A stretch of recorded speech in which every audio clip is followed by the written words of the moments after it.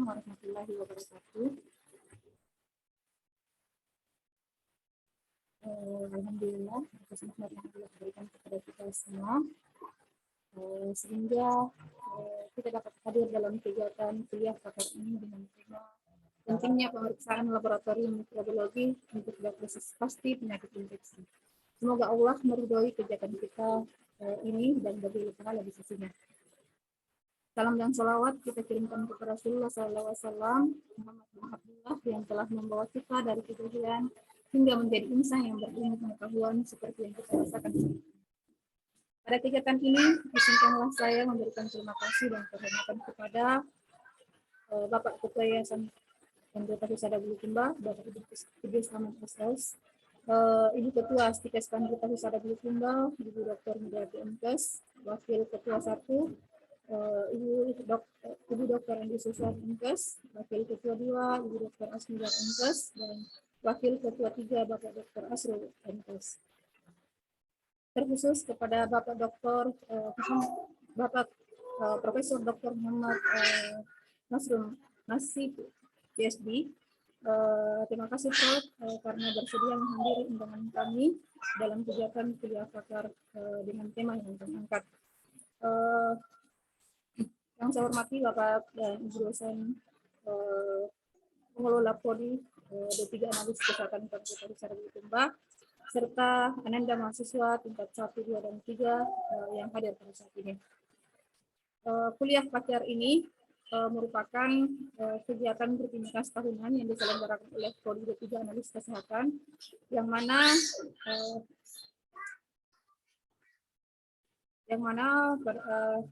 kuliah ini bertujuan untuk menambah wawasan dan informasi kepada kita mengenai betapa pentingnya pemeriksaan mikrobiologi untuk mendiagnosis pasti penyakit infeksi, serta mendorong mahasiswa untuk terjun dalam menuntut ilmu. Selain itu, kegiatan ini juga merupakan kuliah tambahan sebagai selain kuliah yang dapatkan sehari-hari, dan menghadirkan pakar yang ahli di bidangnya.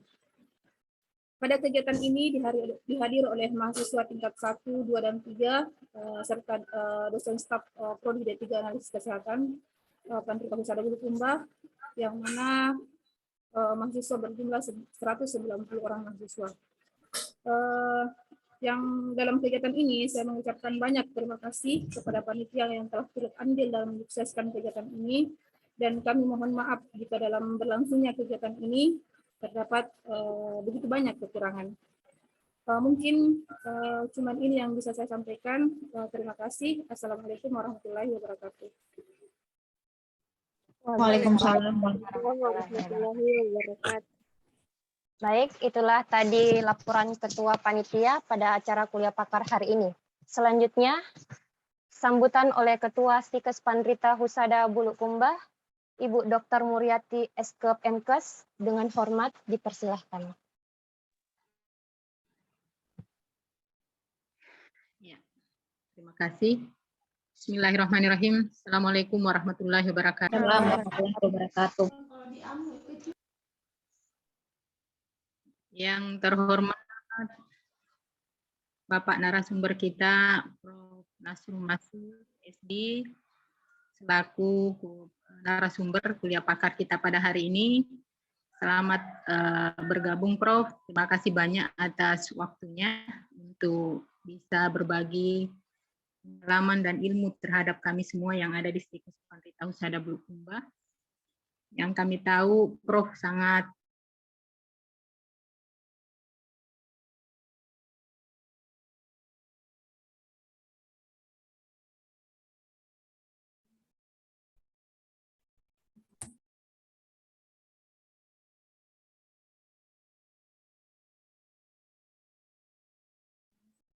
Tidak ada suaranya, Bu. Bu Ketua, suaranya tidak masuk.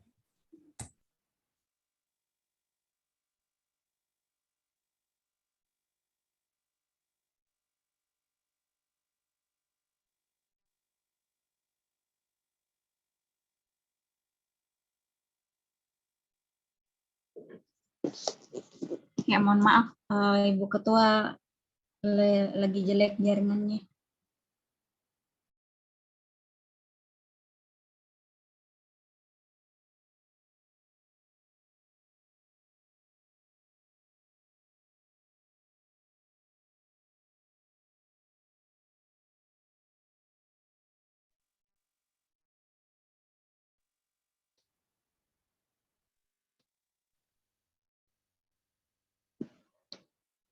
Mohon maaf.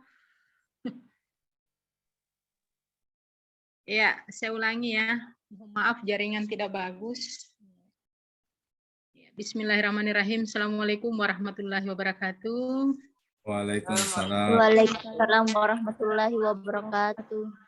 Yang terhormat Bapak narasumber, Bapak Prof. Nasrum Masih, PSD, dan yang kami hormati para wakil ketua, para dosen, dan para mahasiswa-mahasiswi program D3 Analis di Kespanrita Husada Bulukumba yang berbahagia dan kami banggakan.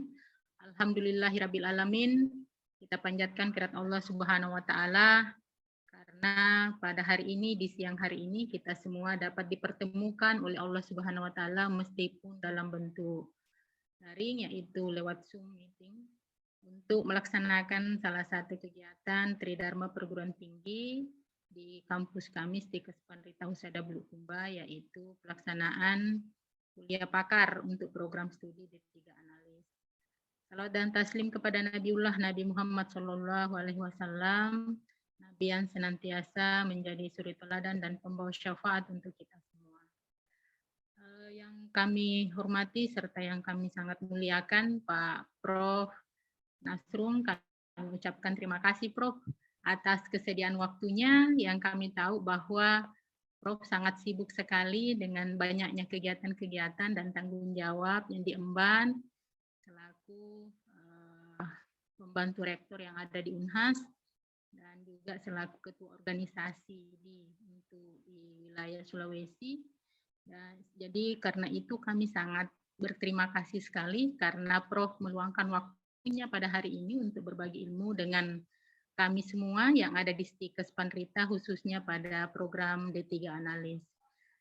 Besar harapan bahwa kerjasama kita kali ini ya, dengan pihak Unhas dan Prof untuk pengembangan daripada ilmu pengetahuan di bidang program studi analis khususnya mikrobiologi dapat ditingkatkan dan dapat terus dilanjutkan ke depannya, di mana kami juga sangat membutuhkan banyak masukan dari Prof, ya, pengalaman-pengalaman kepada kami semua tentang bagaimana mengelola pendidikan khususnya di bidang laboratorium ini. Karena kita ketahui bahwa tanpa dengan pemeriksaan laboratorium kita tidak bisa memastikan kondisi pasien atau penyakit pasien untuk bisa kita tangani secara bersama-sama.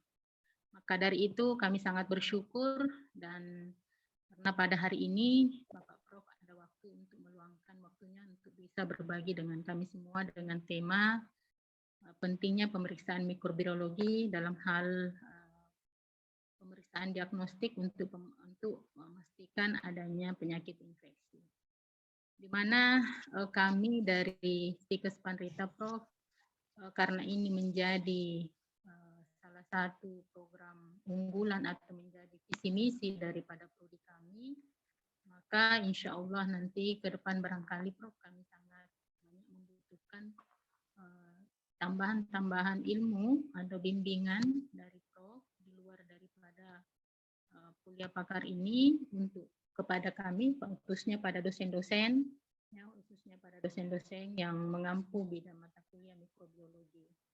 Ya, jadi alhamdulillah berkat daripada Prof membina kami selama ini untuk Stikes Panrita ini, program D3 Analis sudah berlangsung 5 tahun ya kalau saya tidak salah. Ya, dan alhamdulillah alumninya itu rata-rata yang sudah memiliki STR, hampir semuanya sudah terserap di menjadi tenaga kesehatan di wilayah puskesmas maupun di rumah sakit yang ada di bagian Sulawesi Selatan ini. Alhamdulillah. Jadi terima kasih sekali atas bimbingannya Prof. Dan ini kami akan kembangkan. Sebentar nanti barangkali akan ada tambahan informasi terkait dengan penelitian-penelitian di bidang laboratorium, di mana kita ketahui bahwa kami di Panrita ini memiliki laboratorium yang masih sederhana. Kebetulan kami mendapatkan beberapa alat bantuan hibah dari kementerian, sehingga alat-alat ini kami pergunakan untuk proses pembelajaran adik-adik mahasiswa, juga untuk melakukan penelitian di laboratorium. Bisa barangkali nanti ada sharing-sharing waktu ataukah diskusi tentang bagaimana pengelolaan lab untuk penelitian, khususnya di mikrobiologi. Ya, jadi itu harapan kami, Prof. Jadi sekali lagi kami sangat berharap kebersamaan ini masih terus berlanjut. Ada bimbingan-bimbingan, arahan-arahan dari Prof. Kami masih sangat butuhkan. Dan kepada adik-adik sekalian, para mahasiswa, kami sangat mohon untuk diikuti kegiatan kali ini, karena ilmu yang akan disampaikan oleh Prof. ini adalah ahli di bidang mikrobiologi, pakar dari mikrobiologi, yang mana Prof. juga mengajar di mana-mana, dan sehingga informasi-informasi terbaru tentang mikrobiologi adik-adik sekalian bisa mendapatkan langsung pada kesempatan ini. Jadi mohon jangan dilewatkan kesempatan ini, mohon diikuti dengan seksama. Juga para dosen, ya kami juga berharap seperti itu. Bapak Ibu para dosen bisa menimba ilmu di tempat ini, dan barangkali suatu waktu ada yang perlu ditanyakan atau dikonsultasikan. Saya kira demikian yang bisa saya sampaikan, dan sekali lagi saya ucapkan terima kasih kepada Prof. dan mohon izin Prof. untuk memberikan masukan-masukan juga sebentar kepada kami semua dalam hal pengelolaan pendidikan di bidang prodi analis. Demikian, wabillahi taufiq wal hidayah. Assalamualaikum warahmatullahi wabarakatuh. Waalaikumsalam warahmatullahi wabarakatuh. Baik, itulah tadi sambutan dari Ibu Ketua Stikas Pandrita Husada. Sebelum kita memulai ke acara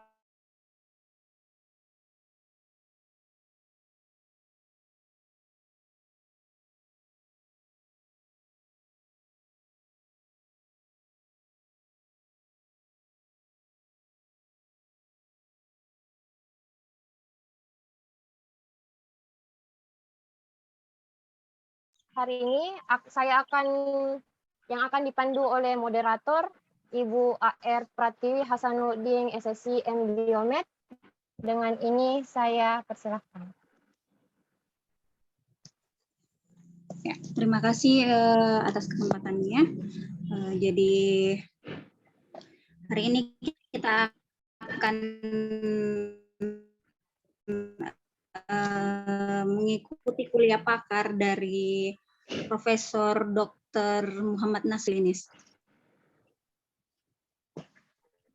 Oke, jadi oh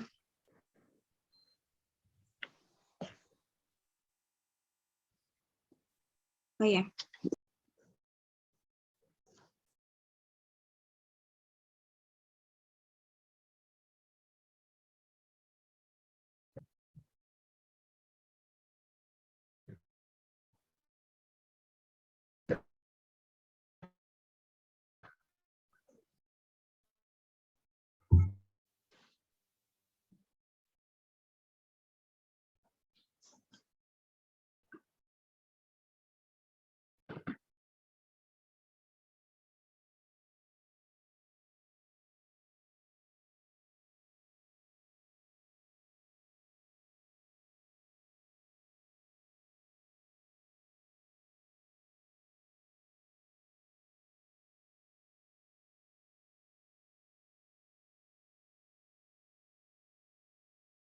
Bu Isla, bisa Prof dijadikan co-host, Bu Isla.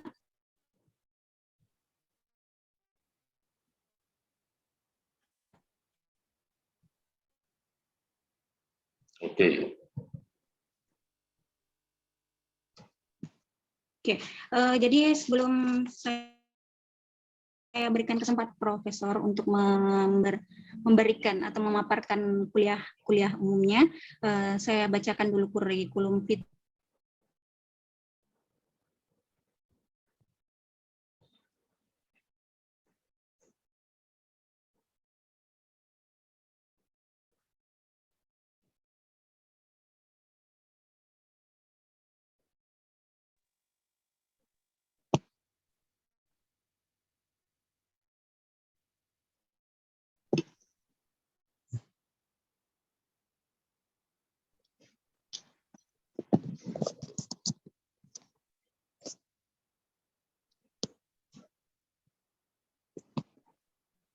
Sebelum saya memberikan kesempatan kepada profesor umumnya, saya bacakan kurikulum vita dari profesor sendiri. Jadi nama lengkap beserta gelarnya itu adalah Profesor Dr. Muhammad Nasrul Masih, PhD, spesialis mikrobiologi klinis. Tempat tanggal lahir Makassar 10 September 1967. Jadi alamatnya di Jalan Pelanduk nomor 28 Makassar.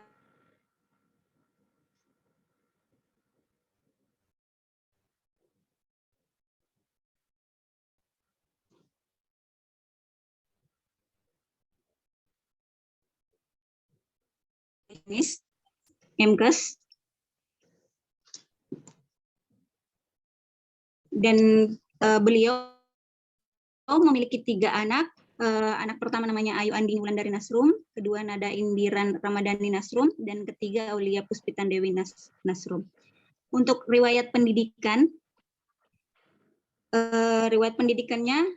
dimulai pada tahun 1980, sekolah dasar pembangunan 3 Makassar, dan SMP-nya SMP YP PGRI Makassar, SMA 1 Makassar, kemudian S1 di Fakultas Kedokteran Unhas, kemudian lanjut S2 S3 di University Jepang, kemudian melanjutkan spesialis mikrobiologi klinis di PPDS Universitas Hasanuddin, program pendidikan dokter spesialis.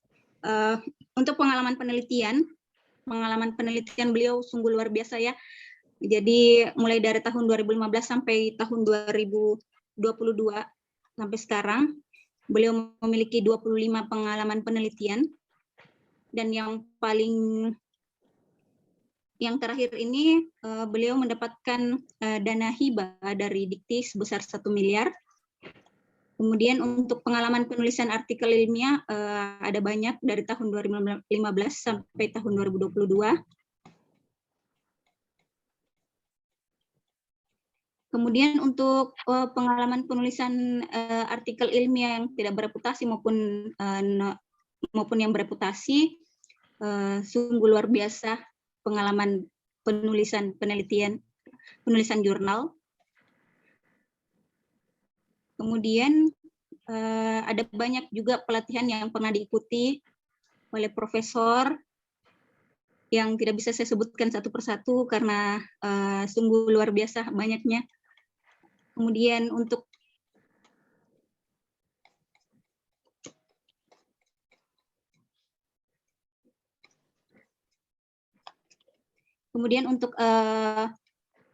penghargaan yang pernah diraih, penghargaan pada tahun 2005,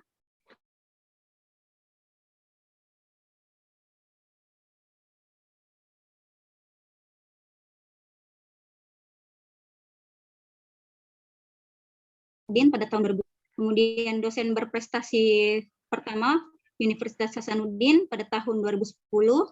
Kemudian tanda kehormatan Satya Lencana Karya Satya dari Presiden Republik Indonesia 10 tahun tahun 2010. Kemudian tanda kehormatan Satya Lencana Karya Satya dari Presiden RI 20 tahun pada tahun 2016.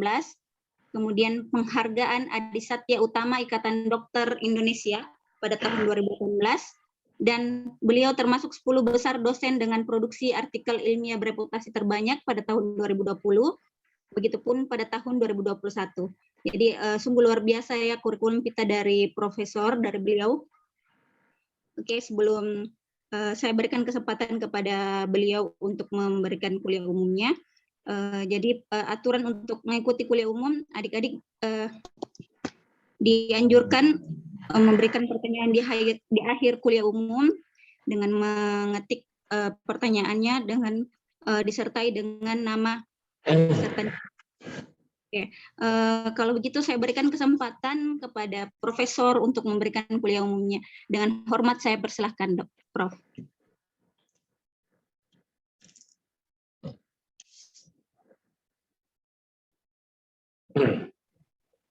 Ya, makasih banyak ya. Terima kasih banyak atas kesempatannya, terima kasih banyak atas undangannya, terima kasih kepada Ketua Stikes Panrita, Ibu Dr. Muli Yati ya, dan seluruh Wakil Ketua, dosen, dan seluruh staf, serta mahasiswa yang saya hormati. Terima kasih atas kesempatan ini. Terus terang, topik yang akan saya bawakan sebenarnya adalah penyakit peranan lab mikrobiologi dalam mendiagnosis penyakit infeksi, tapi itu terlalu luas menurut saya. Jadi saya lebih ke arah penyakit atau penyakit infeksi yang banyak di negara kita, dan nomor 3 di dunia, ya, terbanyak jumlah penderita. Jadi kita harus hati-hati dan bagaimana kita mendiagnosis.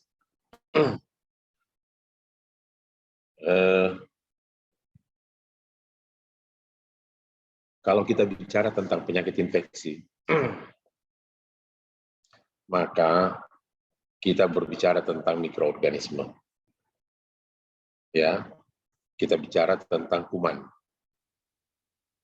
Ya, yang tidak dapat dilihat oleh mata, tetapi harus mendapat alat bantu. Alat bantunya misalnya mikroskop dan sebagainya. Jadi kita harus punya penunjang diagnostik.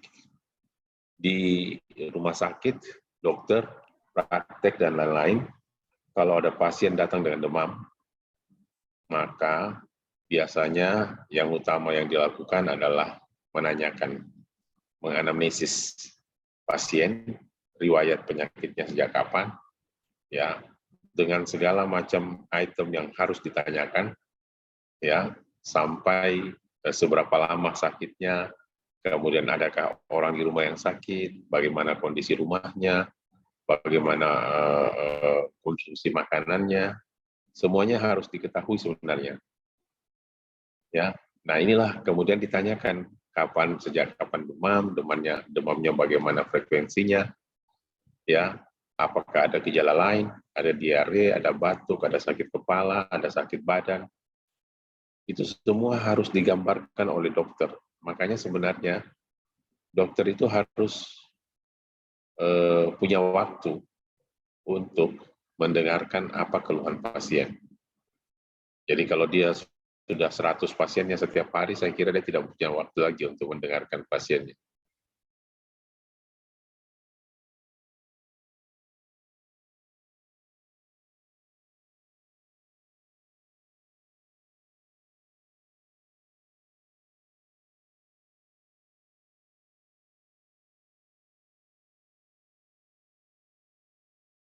Tidak bisa. Dari hasil anamnesis dan pemeriksaan fisik tidak bisa. Ya, ini demam berdarah dengue tidak bisa, karena kita harus mendeteksi kuman itu ada enggak di dalam tubuh kita.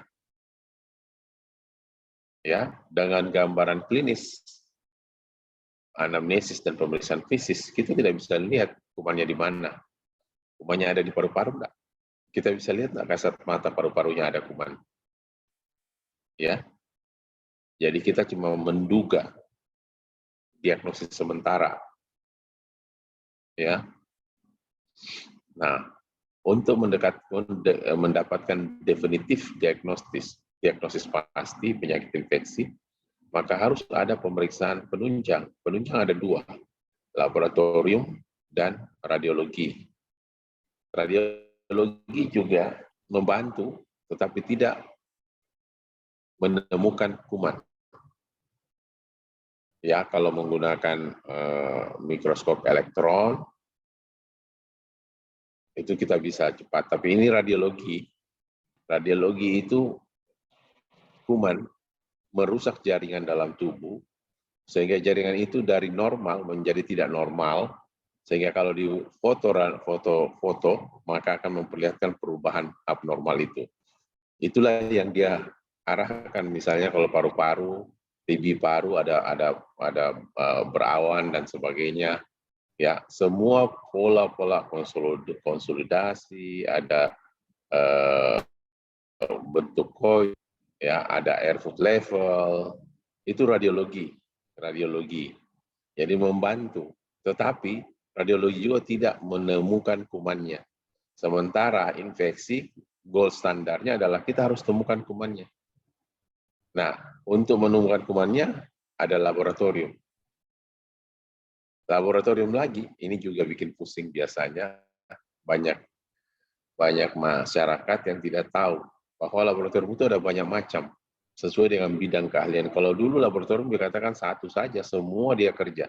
Tapi kan tidak semua orang bisa menguasai. Ya, patologi saja itu ada dua, patologi klinik, patologi anatomi. Kalau di sini patologi disebut patologi anatomi. Clinical chemistry itu adalah patologi klinik. Dan mikrobiologi adalah lab tersendiri. Sebenarnya ada lagi, parasitologi. Ya, dulunya satu lab ini. Dulunya satu, namanya lab patologi saja. Semua bergabung di situ. Tapi karena ilmu berkembang, patologi anatomi lebih ke arah jaringan. Dia melihat di bawah mikroskop jaringan yang dibuat pewarnaan, kemudian seperti tadi dengan radiologi dia ada rusak di situ gambaran mikroskopisnya, maka dia bisa mengarahkan, oh ini cancer, oh ini tanda-tanda infeksi, ada marker infeksi yang bisa kita lihat.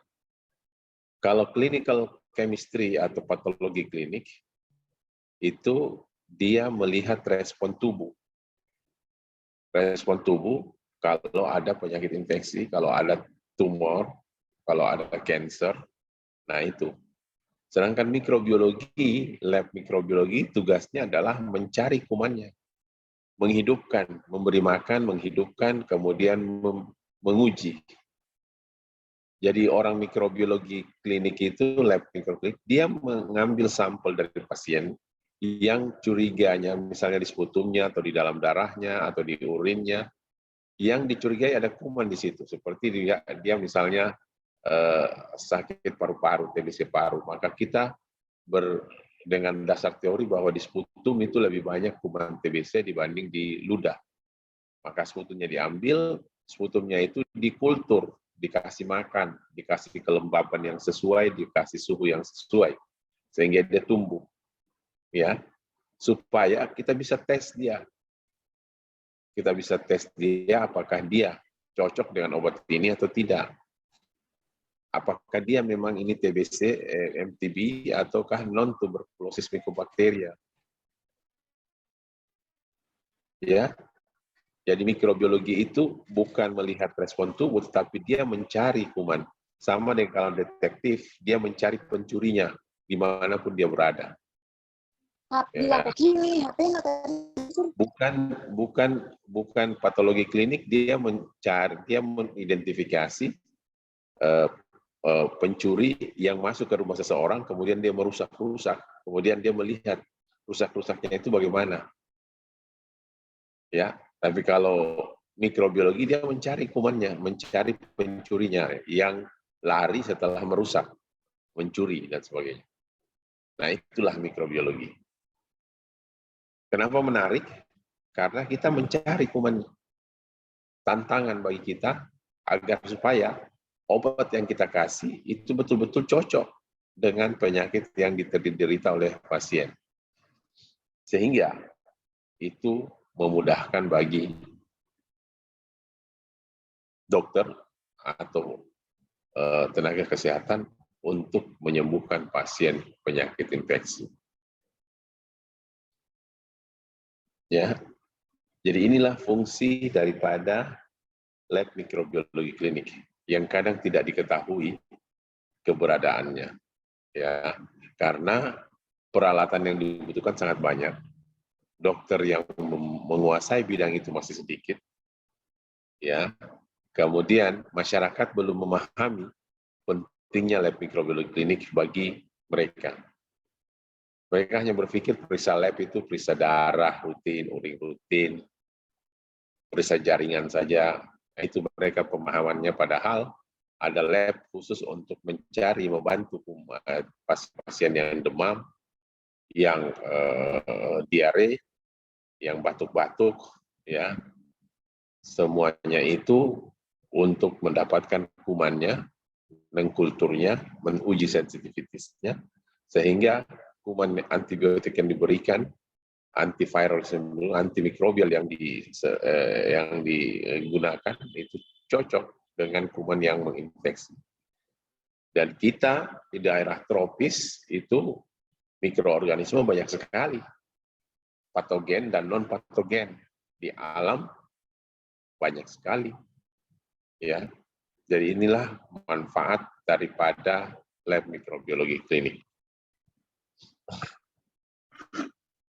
Pemeriksaan mikrobiologi klinik itu biasanya datang dari dokter atau kita sebut sebagai klinisi.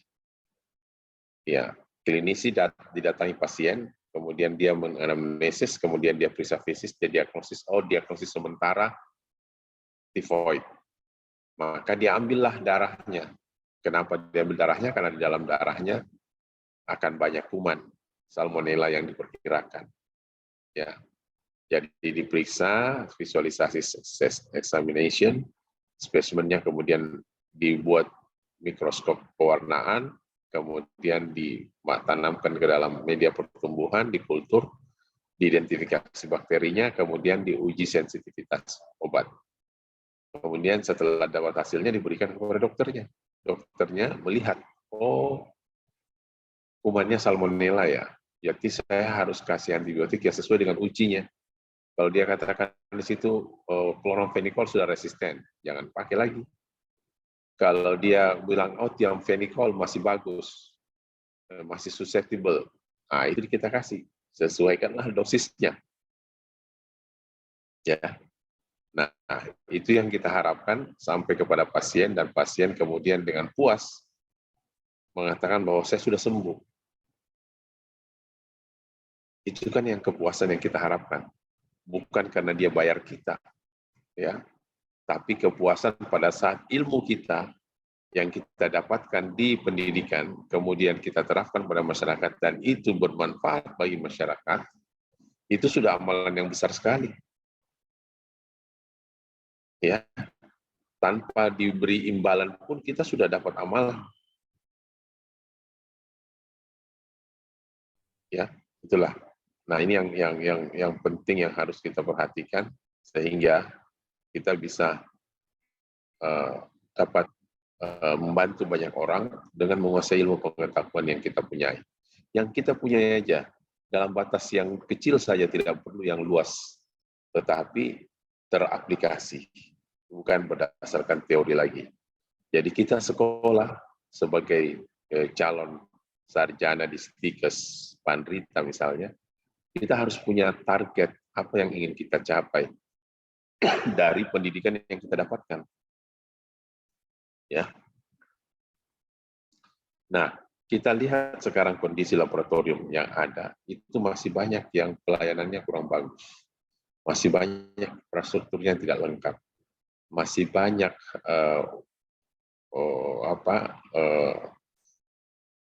strategi plan yang ingin dikembangkan tapi belum jalan-jalan, dan banyaknya staf yang tidak adekuat.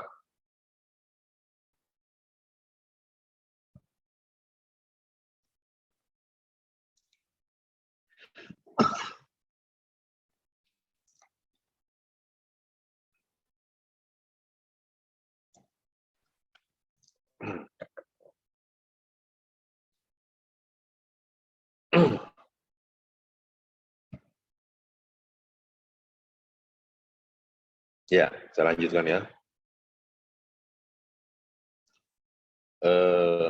Alat diagnosis lambat ditemukan yang baru, sehingga teknologi transfer itu sangat lama, dan kekuatan daripada laboratorium itu masih sangat lemah. Oleh karena itu, beberapa metode terus dikembangkan. Ya, kita bicara lagi kembali ke kuman TBC, Mycobacteria, yang terus berubah karena ilmu pengetahuan. Ada inovasi, ada riset, prototype, inovasi, produk yang kemudian langsung diimplementasikan. Kemudian teknik kultur juga sudah semakin banyak diperkenalkan, dan yang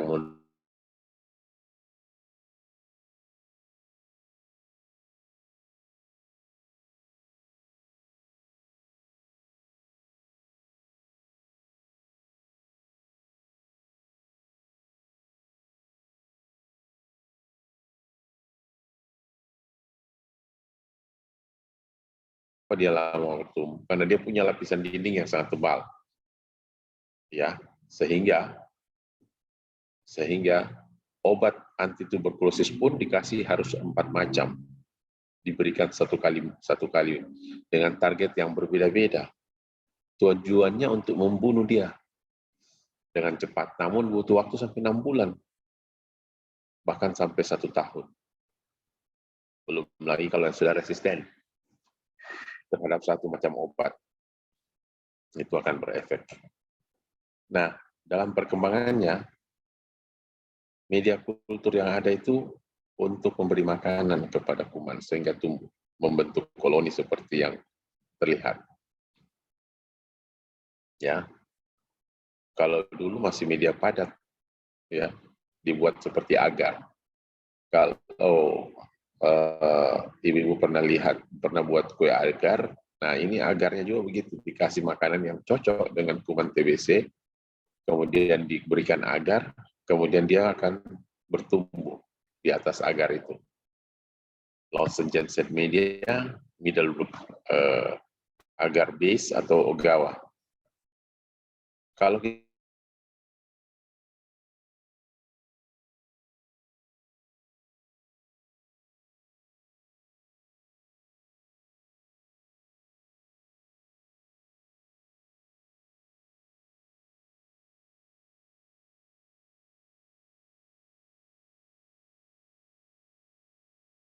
untuk setiap spesies Mycobacteria.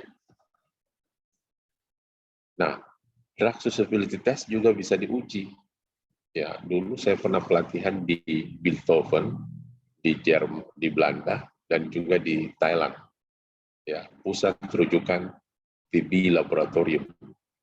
Untuk di Asia, di Eropa itu di Bilthoven yang ada di Belanda.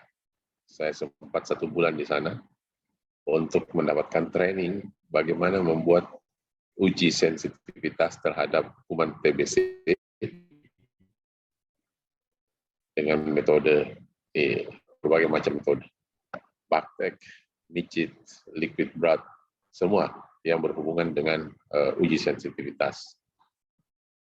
Namun semakin berkembangnya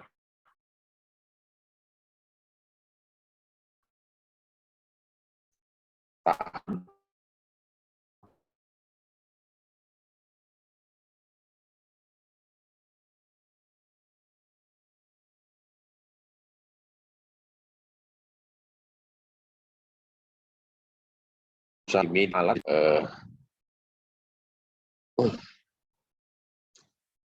menggunakan radiolabel, ya. Jadi radioaktifnya akan menyala pada saat kuman TBC itu tumbuh. Ya. Jadi BACTEC TB 460 ini menggunakan radiolabel, hanya bedanya kekurangan TB 460 karena menggunakan bahan radiasi sehingga kalau dibuang itu sangat membahayakan. Tapi dengan bentuk baru MICIT 960 sistem ini BACTEC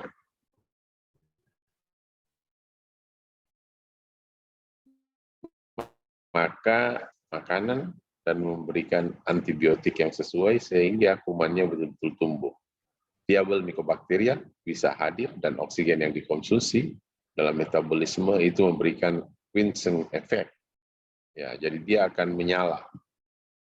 Ya, pada saat oksigennya diisap oleh kuman, maka tempat daripada oksigen itu akan menyala. Sehingga lama-kelamaan akan berfluoresens, disiram sinar fluoresens, akhirnya kita mengatakan bahwa oh ini ada yang tumbuh. Ya, ada yang tumbuh dari kumannya sehingga betul-betul kita bisa yakin bahwa ini kuman TBC kalau kita lakukan uji tes yang lain. Nah, ini liquid media menggunakan automatic mesin. Jadi tidak lagi kita capek-capek melihat satu persatu setiap hari, setiap jam pertumbuhan kuman, tapi ada mesin yang menggambarkan ke kita. Kita tinggal masukkan saja. Kalau dia positif, besoknya kita periksa ada yang positif enggak, di level berapa, di di posisi mana kita bisa cari. Ya.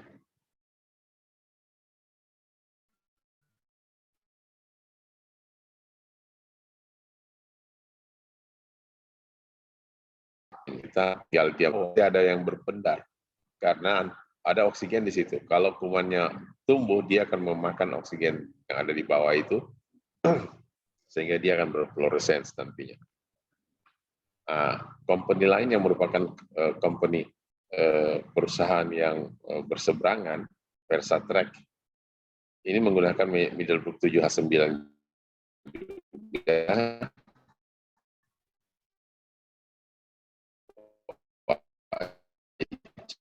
dia muncul dengan tekanan yang internal yang menurun. Ya, jadi kalau oksigen dikonsumsi oleh mikobakteri yang hidup pada saat kita kultur, maka tekanannya akan menurun dan tekanan ini yang diukur.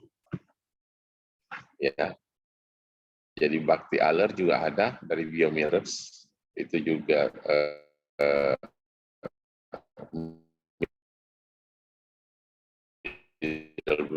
bakterium yang viable dalam botol, maka CO2 yang akan diproduksi akan menghijau menjadi kuning. Nah, itu kita mengatakan dia positif. Ya, ini contoh sensornya. Kita akan lihat dari warna hijau menjadi kuning, maka dia akan berubah. Ya, kenapa kita butuh lab microbiology network? Karena infrastruktur biosafety dan utilities itu tetap harus diperhatikan. Harus ada training daripada staff, harus ada sistem rujukan sentral, supply chain management dan logistik, alat dan maintenance harus diperhatikan, prosedur teknik dan quality assurance dan data management. Semua kita harus lakukan kita dalam membuat kalau kita membuat akreditasi, maka itu ada standarnya. Ya, quality assurance-nya yang perlu kita perhatikan sehingga kita bisa lulus dalam setiap uji klinis, uji visitasi atau akreditasi. Nah, kita masuk ke satu metode di mana ini adalah in-house, dibuat sendiri untuk mendiagnosis TB dengan menggunakan target-target yang berbeda. Yang biasanya dipakai IS 6110, 65 kilodalton, 126 kilodalton, RNA polymerase. Nah, itu semua gen-gen yang bisa kita identifikasi kuman TBC atau bukan dengan in-house nucleic acid amplification method. Ini sensitivitasnya juga masih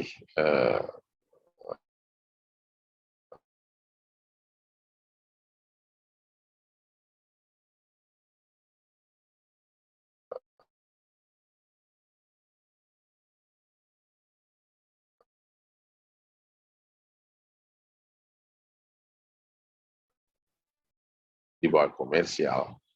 Oleh karena itu kan cross kontaminasi ini primer, ya, jadi dibuat mismatch, tidak bersinggungan antara nukleotida dan 3N dan primer dengan mutated nucleic in DNA template. Ya, ini semua digunakan untuk mendeteksi TB langsung menggunakan metode ini, ya, sehingga sangat memudahkan. Begitu pula dengan satu in-house PCR juga dengan amplified Mycobacterium tuberculosis direct test developed by GeneProbe menggunakan isotermar 42 derajat Celsius intermediate amplification system. Jadi dia sangat mudah kita kerjakan, hanya memang standarnya itu harus betul-betul menggunakan gold standar. Kemudian ada amplicon, banyak sekali macam-macam PCR yang in-house ataupun yang di laboratorium yang ditawarkan oleh perusahaan yang berdasarkan hasil risetnya memang bisa menemukan langsung kuman TBC. Ini kuman TBC ini bukan. Dengan target yang berbeda-beda, ya itu juga sangat perlu kolaborasi untuk menentukan apakah betul ini adalah gold standar, menggantikan gold standar kultur. Alat ini juga pernah saya lihat di Thailand waktu saya training, dan mereka sudah tidak gunakan lagi karena alat ini termasuk harus diupdate oleh perusahaannya, sehingga betul-betul setiap kali temuan baru akan menggeser temuan yang lama. Ya, PropTech IT yang menggunakan isotermal ya untuk amplifikasi dan produk multiple copy daripada ES6110 untuk menentukan ini adalah TBC MTB.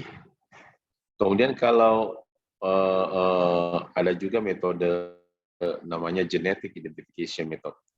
Jadi menggunakan PRA, PCR restriction enzyme analysis, dengan dasar amplifikasi ada pada gen-gen tertentu fragmennya, kemudian digestifkan dengan restriction enzimnya, kemudian akan memberikan gambar, ya. Jadi kumannya dipecah-pecah oleh PCR pada posisi tertentu sehingga kita bisa mengatakan bahwa oh, ini anak saya sudah berubah, ya, targetnya.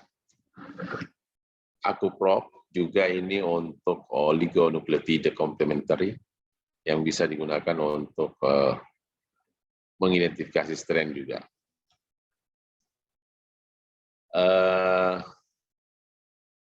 Ada banyak komersial yang dihasilkan juga, misalnya Inolipa, Mycobacteria, Heinz, dan genotype Mycobacteria dan genotype MTBC. Ya, jadi ada DNA yang ada di prop, kemudian ada amplification target sesuai dengan urutannya, kemudian dia akan diwarnai dengan alkalin, streptofidin, dan biotin sehingga kita bisa lihat.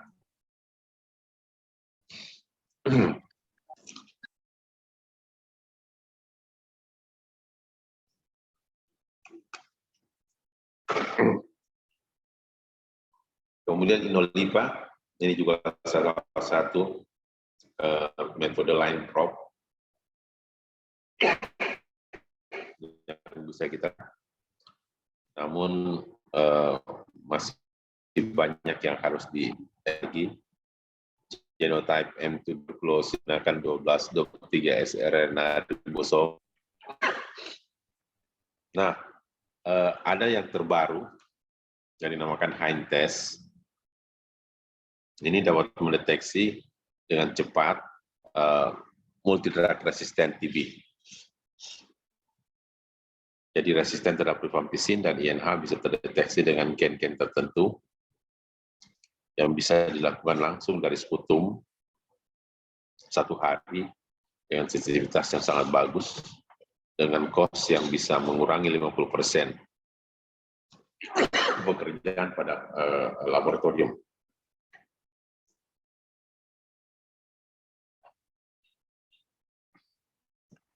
Jadi prinsipnya itu adalah kita ekstraksi dulu DNA, kemudian kita dapatkan DNA yang free, kemudian kita amplifikasi dengan PCR dengan target yang tertentu sehingga terbentuk denaturasi dan dilakukan hibridisasi, ya, kemudian conjugate binding diwarnai dan kemudian color reaction dan akhirnya dievaluasi.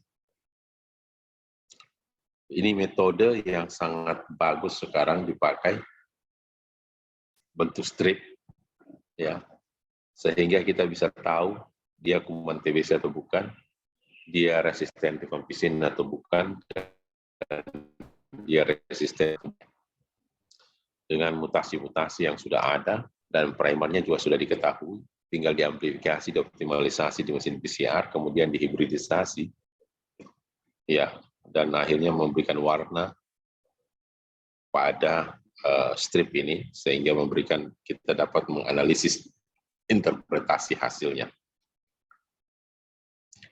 Nah, kita sudah pernah dapat laporan tentang di whole genome sequence itu tentang gen-gen yang merepresentasikan rifampicin resisten, yaitu RPOB.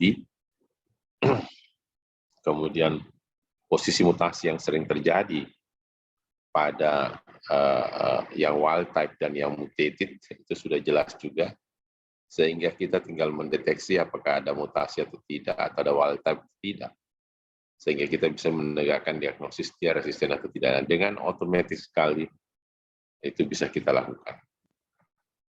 Ini hasilnya hibridisasi, kita bisa tahu langsung apakah betul dia TBC atau bukan kalau tidak ada dalam cup itu. Kemudian lihat pola warna pada setiap sampel yang ada.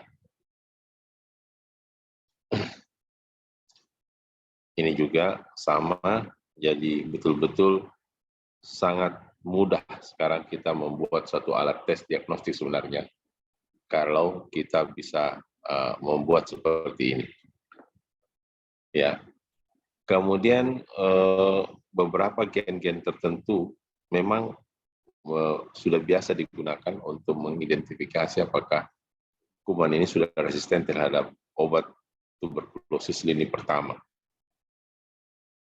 Demikian juga obat lini kedua, ya,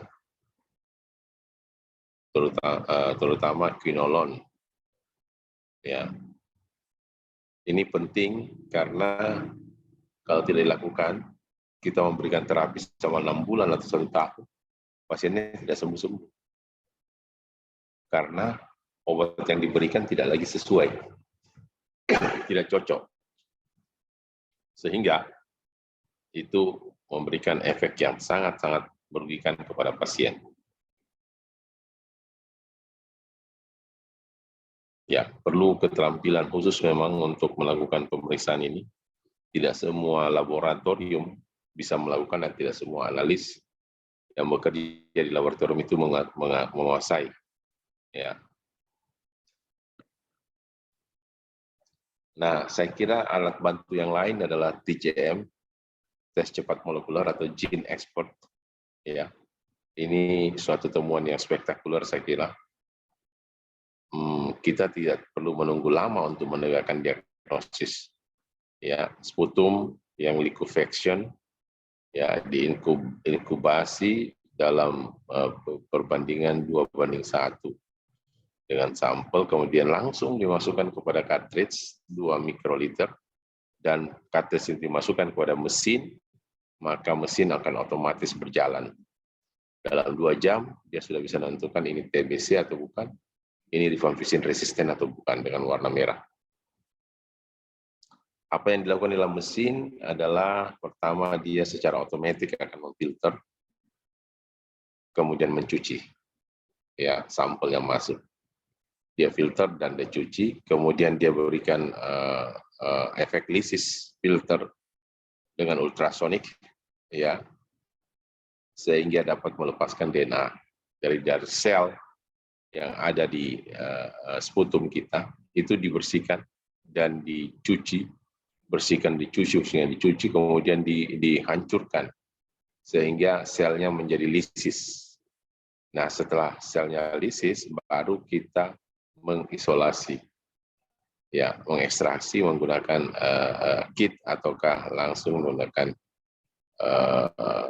ya rilis DNA. Nah, setelah itu, setelah dapat DNA-nya kemudian di PCR mix-kan dalam satu tempat yang sudah ada PCR mix secara localized. Selanjutnya dilakukan semi-nested real-time amplification dan detection secara integrated, ya. Jadi ini alat sangat-sangat, saya kira orang yang menemukan ini seharusnya bisa mendapat hadiah Nobel kedokteran. Telah menciptakan alat yang betul-betul memudahkan bagi diagnostik. Jadi dia merupakan satu automatic amplification and detection. Kemudian dia juga bukan hanya TBC, ya, COVID juga kemarin kita pakai cukup bagus membantu. Kemudian HIV, kemudian hepatitis.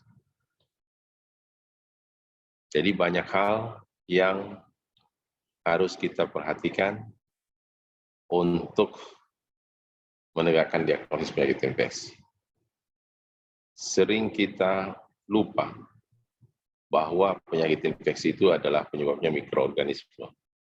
Bukan karena ketakutan, bukan karena hukum rimba, ya, bukan karena cerita-cerita orang yang mengatakan bahwa penyebabnya itu adalah hantu dan sebagainya. Ya, itu yang perlu diluruskan kepada masyarakat kalau mereka masih kurang mengerti. Biasanya ada operational research. Ya. Ini juga telah dikembangkan oleh kita, LAM, Low Mediated Thermal Amplification, jadi menggunakan alat amplification tapi suhunya tetap. Ini sangat simpel dan bisa digunakan. Namun yang perlu mendapat perhatian bahwa tes serologik apapun bentuknya, menegakkan diagnostik, menentukan antibodi atau antigen dan imunokompleks itu sampai sekarang belum direkomendasikan oleh WHO untuk mengganti mikroskop dan kultur. Kalau beda dengan COVID-19 itu virus, itu kita bisa umumnya memang serologi sangat mudah respon imun, ya sangat mudah cepat sembuh dan ya, kalau yang baik dia akan menghasilkan hal yang lain.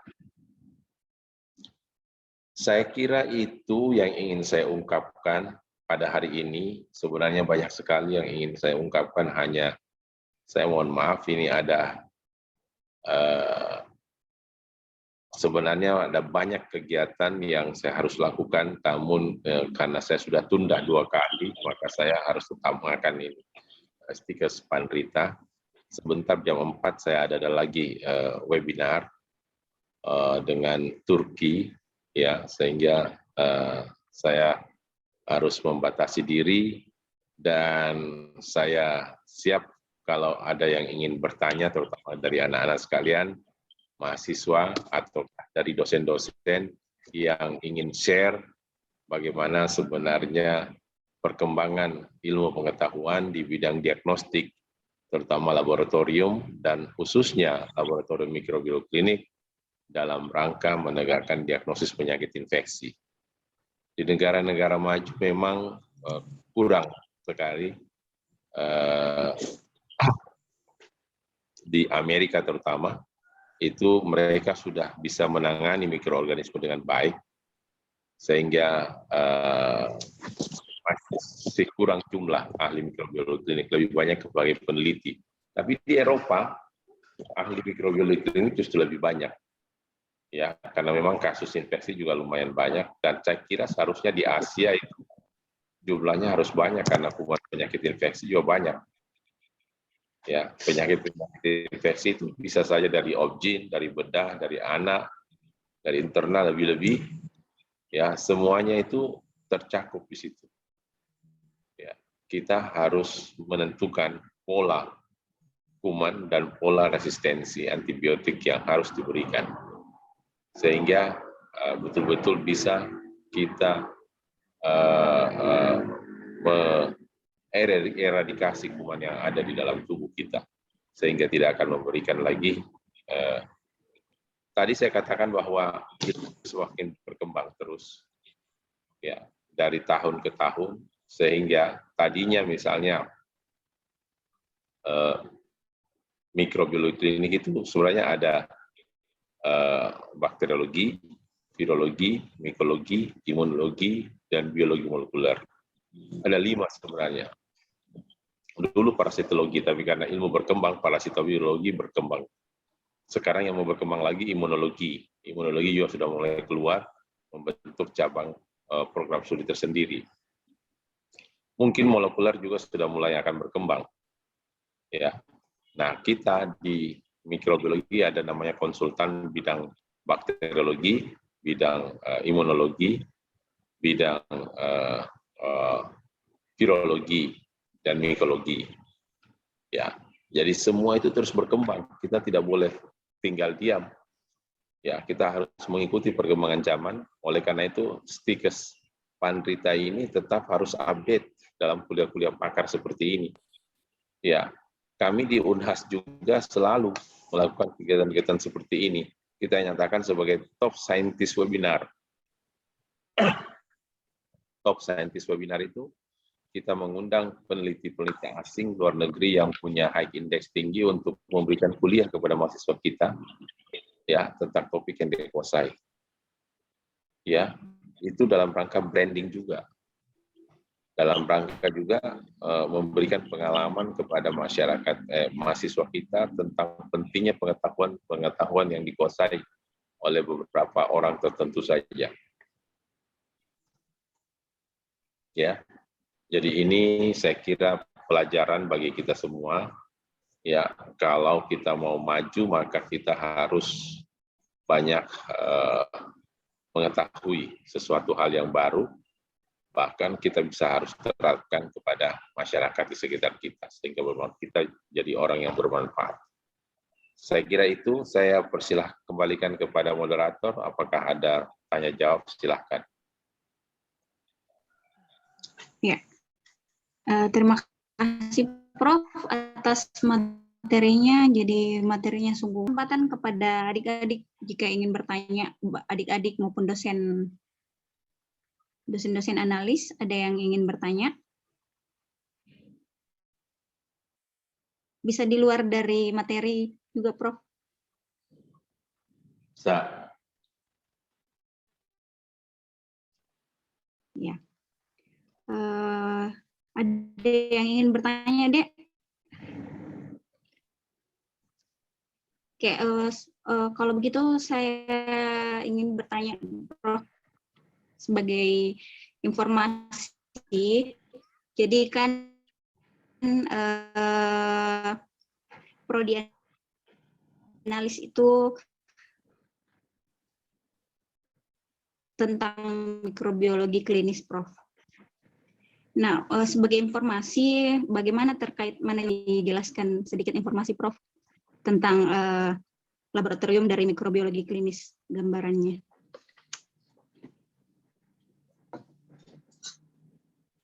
Yang ditanyakan adalah dari apa yang harus dikuasai oleh analis untuk laboratorium, ya?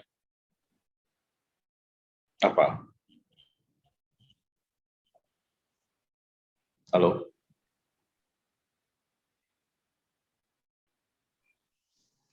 Iya, tentang manajemen laboratorium.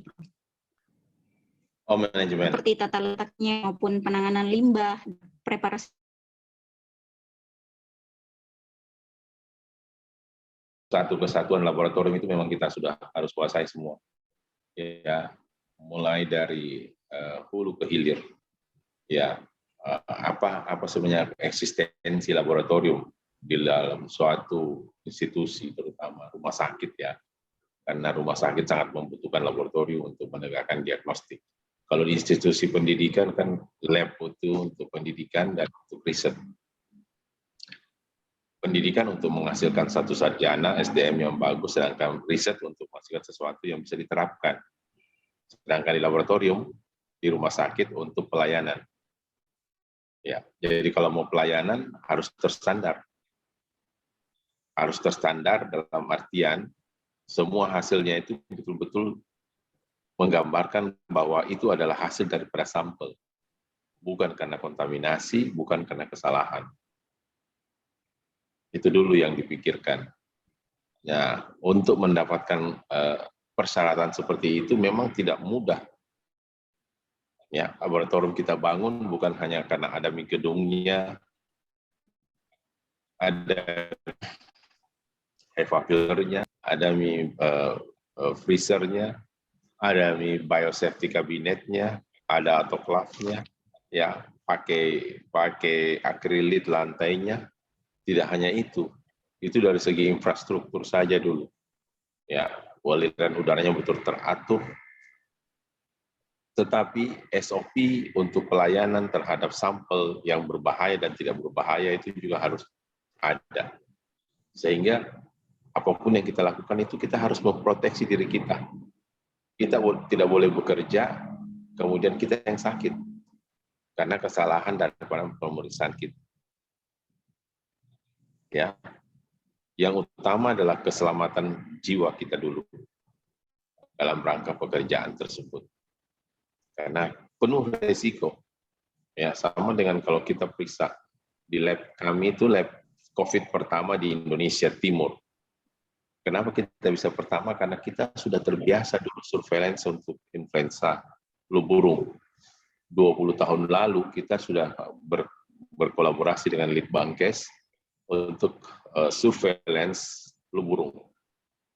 Jadi sampel sering kita dapatkan, kita real time count, kemudian kita periksa. Nah, dengan munculnya COVID, kita tinggal menunggu saja primer, langsung kita amplifikasi dan hasilnya kita bisa dapatkan cepat. Nah, sampel yang kita olah itu betul-betul harus kita memproteksi diri kita menggunakan APD yang lengkap sehingga tidak terkontaminasi ke kita, sehingga kita bisa bekerja lebih nyaman. Ya, kecuali kalau kontaminasinya dapatnya di rumah. Tapi kalau di lab itu sangat-sangat tidak bisa sebenarnya ditolerir. Ya, itu artinya prosedur yang ada di laboratorium itu sangat lemah. Ya, jadi semua prosedur harus betul-betul lengkap. Sehingga akreditasi juga sangat mendorong kita untuk sangat yakin bahwa kita akan lulus. Jadi sebenarnya akreditasi tidak dibutuhkan kalau kita bekerja sesuai dengan aturan yang berlaku. Masalahnya, kita kadang tidak semuanya mau mematuhi semua hal yang berlaku karena butuh biaya dan butuh waktu, tenaga. Sementara itu sudah menjadi perhitungan standar minimal yang harus dipunyai oleh suatu institusi pendidikan, pelayanan rumah sakit. Ya, jadi pemeriksaan laboratorium menjadi satu kesatuan dari rumah sakit. Semua prosedurnya harus dikuasai. Infrastruktur tadi, STM. STM-nya juga harus dilatih.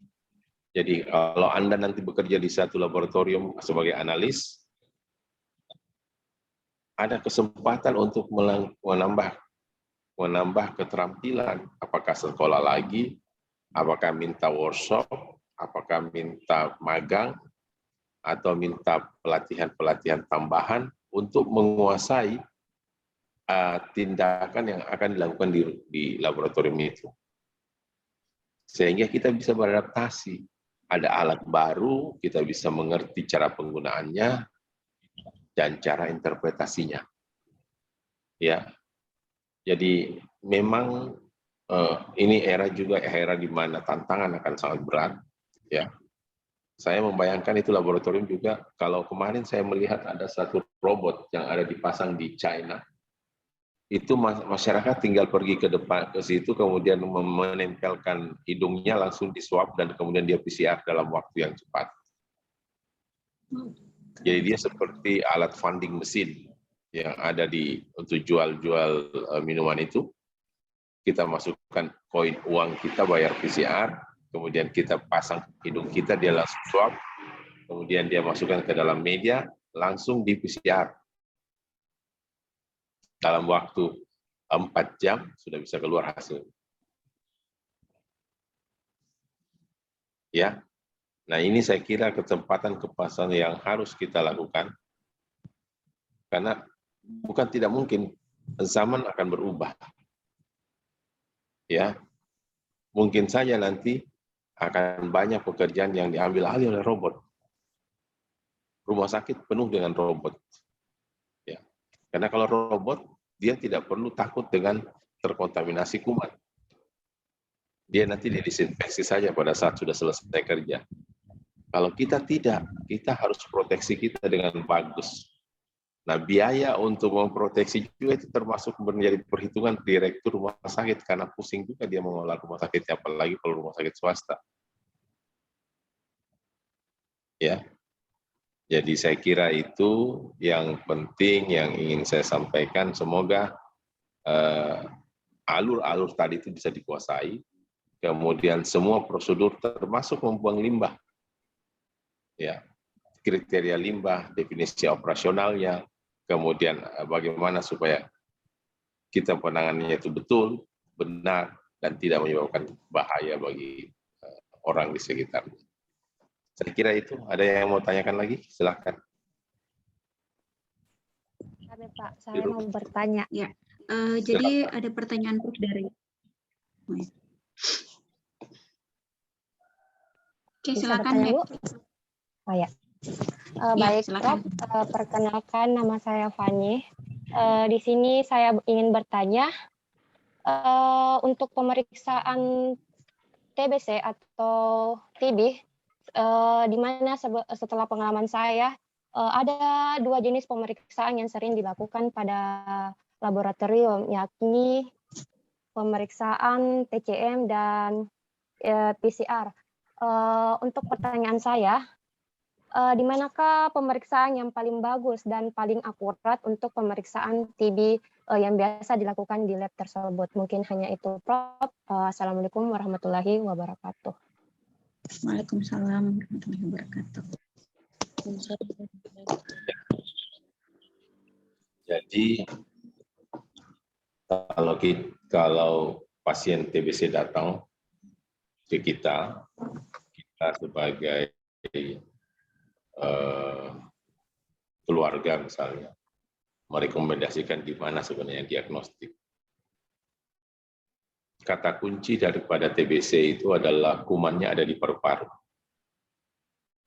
Ya, kumannya ada di paru-paru sehingga dahak itu lebih banyak mengandung kuman TBC dibanding air ludah. Kalau air ludah kan kumannya dari rongga mulut saja, kapfumoris, sedangkan dahak itu dari bronkus lebih dalam, bahkan bisa dari bronkioli. Nah, itu dengan tekanan sedikit kita langsung mengeluarkan dahaknya. Nah, kita periksa dahaknya. Gold standar yang dipakai sekarang adalah, kenapa? Karena kultur bisa menghidupkan kuman, memberikan kita gambaran satu kuman yang utuh. Dan dia hidup. Sehingga kita mengatakan bahwa, oh, temannya pasti ada di dalam paru-parunya ini. Ada satu saja, apalagi kalau kita temukan banyak. Positif 3 atau positif 4. Artinya sudah banyak kuman TBC-nya di situ. Nah, namun untuk kultur TBC di seluruh rumah sakit Nusantara kita, ya, rumah sakitnya tidak semua punya kemampuan untuk itu. Bahkan sudah dibuat pelatihan sebenarnya seluruh rumah sakit untuk persiapan dalam rangka kultur TB, tapi tidak semua juga bisa melaksanakan karena infrastrukturnya juga butuh. Perawat atau analis yang dedicated hanya bekerja untuk TBC. Seperti di Thailand yang saya kunjungi dan di Belanda yang saya kunjungi laboratorium TB-nya, itu mereka betul-betul kerjanya hanya untuk TB. Demikian juga yang di Belanda. Tidak ada pekerjaan lainnya dia. Dan itu cukup gajinya hanya untuk bekerja di satu institut tuberkulosis. Ya. Nah, pemeriksaan apa yang dipakai? Pertama kan swab. Pertama pemeriksaan pewarnaan tahan asam. Mengapa tahan asam? Karena kuman TBC itu tahan terhadap asam. Kalau dikasih asam, dia tidak berubah. Beda dengan kuman-kuman lain, dikasih asam langsung berubah, langsung hancur seluruhnya. Inilah kelebihan daripada kuman TB. Diwarnai saja susah.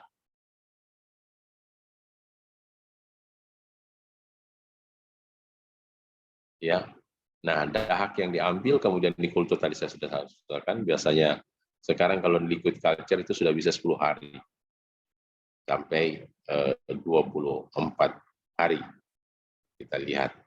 Tapi kalau yang solid seperti Lonson, Jensen, Media, Ogawa dan sebagainya, itu butuh waktu sampai 2 bulan lebih, bahkan sampai 4 bulan untuk memfollow up pasien. Nah, dengan adanya alat-alat ini, maka akan lebih memudahkan bagi kita untuk lebih cepat deteksi ada kuman TBC atau tidak, sehingga lebih mudah untuk memberikan terapi lebih cepat. Ya, dengan TCM, tes cepat molekuler sekarang itu sudah mulai diakui dunia, ya, dan itu sangat cepat, ya. Preparation-nya saja cuma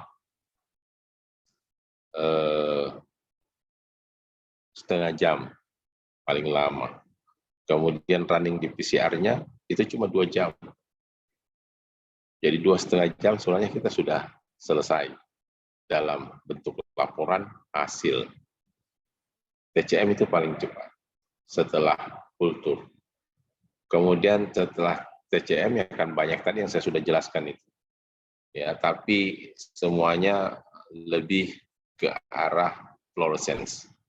Dan itu juga bagus sebenarnya. Jadi tergantung bagaimana rumah sakit itu menjalankan fungsinya dan ekonomisnya. Karena harus juga menghitungkan ekonomis. Berapa jumlah sampel dan berapa pasien harus membayar, yang harus disubsidi berapa dan sebagainya. Karena ini lab pemerintah. Saya kira itu. Ada lagi yang di chat, saya lihat ada beberapa pertanyaan. Ya, Prof. Jadi ada pertanyaan mengenai dalam pemeriksaan TB kebanyakan menggunakan dahak. Jadi bagaimana cara mendeteksi TB pada anak-anak di bawah 1 tahun? Karena kemungkinan kecil bisa didapatkan dahaknya. Jadi bagaimana harusnya yang dilakukan sebagai seorang analis, Prof? Ya, khusus untuk anak, terutama anak kecil. Ya, anak itu kan sampai 18 tahun, itu masih anak. Kalau menurut WHO yang baru, pemuda itu sampai 65 tahun, dari kita ini semua masih pemuda sebenarnya. Ya, anak kurang dari 1 tahun dikatakan. Ya susah memang, kalau mau minta dahaknya susah. Kalau dahak, nah mungkin. Ya, nah kalau dia terpapar, gold standar untuk pengambilan sampel pada anak itu adalah nasogastric tube. Kita pasang nasogastric tube di lambungnya, kemudian kita siram dengan NaCl, kemudian kita hisap NaCl yang tadi kita dapatkan di lambungnya, kemudian kita simpan, kita ekstrak cairan lambungnya. Itu yang kita lakukan. Nah, saya ada pengalaman waktu di Bilthoven itu, kita mengerjakan 1 sampel dari ibu dan bayinya. Ya, bayinya baru 4 bulan kalau tidak salah. Ya, ternyata dua-duanya TBC. Karena ibunya TBC waktu hamil dan setelah hamil anaknya terpapar TBC. Kita periksa dia punya spoligotyping untuk menentukan strain mana, ternyata strainnya sama. Jadi kita bisa mengatakan bahwa kuman yang ada pada anak itu berasal dari ibunya.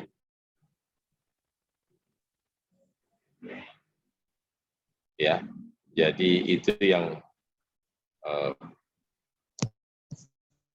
menariknya di mikrobiologi klinik, karena itu kita puas melakukan satu pemeriksaan dan menegakkan suatu diagnosis dengan dasar yang akurat.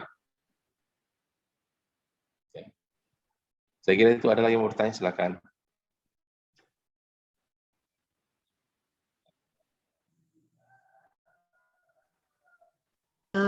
Ada pertanyaan dari dosen analis. Jadi sejauh mana kesahihan hasil pemeriksaan laboratorium untuk dapat diterima sebagai hasil diagnosis penyakit infeksi. Misalnya, Prof, dari diagnosis ditetapkan bahwa si pasien memiliki penyakit, tapi hasil pemeriksaan lainnya bulan itu bagaimana, Prof? Alat diagnostik ditanyakan adalah kesahihan. Kalau alat diagnostik terutama laboratorium mikrobiologi itu ada namanya quality control selalu. rutin harus dilakukan. Kalau kita dikasih misalnya kuman TBC, kami berapa kali lulus quality control ya, external quality control dari Adelaide, Australia. Kemudian sekarang tim-tim dari Surabaya, BLK Surabaya sudah bisa menjadi tim yang bisa menguji kita, dan akhirnya kita menerima sampel dan kita putur, kita uji sensitivitas, kita tentukan bahwa dia ini TBC, dia resisten terhadap obat apa, kita jawab dan kita benar semua, artinya kita lulus. Itu quality control secara eksternal. Internal juga kita lakukan, ya, melihat prosedur dan sebagainya, ya, dan ada standar akreditasi laboratorium juga secara internasional juga ada. Itu juga kita harus dapatkan, sehingga nantinya kalau kita melakukan pemeriksaan itu ada kualitinya, ya. Dan kalau kita publish di jurnal internasional dikatakan bahwa dikerjakan di laboratorium mikrobiologi Unhas misalnya, ya, mengakui bahwa ini sudah betul hasil yang dikeluarkan karena mereka sudah terstandar secara eksternal quality control. Ada lagi? Silakan. Ya, ada pertanyaan Prof. Jadi sebagai seorang analis, kan pemeriksaan TB itu merupakan penyakit menular ya, Prof. Jadi apa yang harus diperhatikan mulai dari sekarang sebagai seorang mahasiswa analis yang kerjanya di laboratorium, apalagi mahasiswanya itu kurang pemahaman tentang alat-alat canggih. Ini pertanyaan dari Wiwi Salmiati. Alat canggih tidak mesti harus kita kuasai semua, tapi dipahami saja. Tidak perlu kita beli semua. Seperti tadi yang saya jelaskan itu, memang ada alat-alat yang bisa digunakan, tetapi mungkin ada lagi alat yang lebih bagus dan lebih murah dan lebih cepat. Itu yang perlu kita dalam menegakkan, membuat kebijakan. Ya, terutama pimpinan ya. Pimpinan harus hati-hati dalam memilih alat diagnostik yang akurat untuk mendeteksi kuman tertentu. Ya, jadi sebagai analis, ya kalau saya rekomendasikan kamu sekolah. Ya, lanjut lagi sekolah setelah analis S3 tahun misalnya, kemudian ambil lagi S1-nya, ambil S2-nya, ambil S3-nya. Saya punya analis ada beberapa, itu sampai di S3, ambil S3 sekarang. Jadi dia kerja sambil kuliah master, kuliah doktor di Unhas. Wawasan kesarjanaan itu bukan karena kamu doktor dan bangga dan sebagainya, tapi bagaimana kamu bisa menguasai ilmu tadi itu yang banyak nanti dan berkembang terus, untuk nanti kamu pilih yang mana yang paling cocok, karena menentukan kebijakan, merekomendasi ketua Stikes Panrita ini membeli satu alat itu harus betul-betul akurat, karena kalau salah itu akan sangat merugikan. Apa sih sebenarnya yang kita butuh lebih cepat? Ya, yang butuh misalnya kalau TBC ya paling bagus kita punya tes cepat molekuler. Ada yang satu modul loh, itu tadi yang tadi saya gambarkan itu 4 modul. Ada yang satu modul. Jadi sebenarnya ada yang murah. Coba bayangkan kalau semua mahasiswa Panrita itu kita screening, ya. Tapi sebenarnya bukan TCM yang untuk screening ya, untuk kalau yang ada gejala saja. Kalau screening pernah terpapar kuman TBC itu dengan menggunakan tes darah, ya. Tes darah untuk melihat antibodi yang sudah terbentuk setelah terpapar kuman TBC. Jadi antibodi yang teridentifikasi. Ya. Sedangkan untuk diagnosis pasti, yaitu tadi. Gold standarnya adalah kultur, kemudian berikutnya adalah PCR, real time PCR. Ya, tidak sulit sekarang. Di Malaysia itu anak SMA sudah belajar tentang PCR. Mereka sudah menguasai tentang PCR. apalagi kuliah. Jadi itu suatu barang yang tidak terlalu membanggakan lagi. Ya, ada beberapa universitas swasta yang mau membangun lab, saya bilang tak usah beli mesin PCR. Mesin PCR bisa disewa, sewa pakai bersama. Ya, lewat kerjasama institusi. Yang penting itu adalah penyimpanan spesimen dan dokumen datanya. Itu yang penting bagi kita. Karena kita bisa membangun kolaborasi untuk bersama-sama meneliti dari sampel yang kita punya dan sampel yang mereka punya. Ya, saya kira itu. Ada lagi, silakan. Ya, masih bisa berapa pertanyaan lagi, Prof? 3. Oh iya, oke. Jadi ada pertanyaan dari Reski Amalia Musdar. Sesuai yang Prof jelaskan tadi, bahwa TB itu merupakan penyakit yang menempati urutan ketiga. Jadi, apakah bagaimana mekanisme kerja dari antibiotik, Prof, jika kita terkena TB? Oke. Ini panjang ceritanya ini, pertanyaannya juga susah. Ya. Jadi TBC itu tadi saya sudah jelaskan sebenarnya. TBC itu adalah kuman Mycobacterium tuberculosis, kuman yang paling bandel. Ya, kenapa? Karena dindingnya ada lemak yang tebal di situ sehingga sulit ditembus. Dia dikasih makan saja, ya, dikasih makan untuk tumbuh itu butuh waktu 6 bulan. Kalau kuman lain 1 hari saja kita kasih bisa tumbuh. Salmonella itu kita kasih media salmonella, blood agar, besoknya kalau dia ada dia langsung tumbuh koloni-koloninya. Tapi TBC tidak. Ya. Butuh waktu bukan 6 bulan ya, butuh waktu sampai 6 minggu maksud saya. Ya, 6 minggu sampai 2 bulan baru kita nyatakan dia negatif. Sehingga karena dindingnya yang tebal itu, dia lama juga tumbuh, sulit juga dibunuh. Yang tadi saya katakan, antibiotik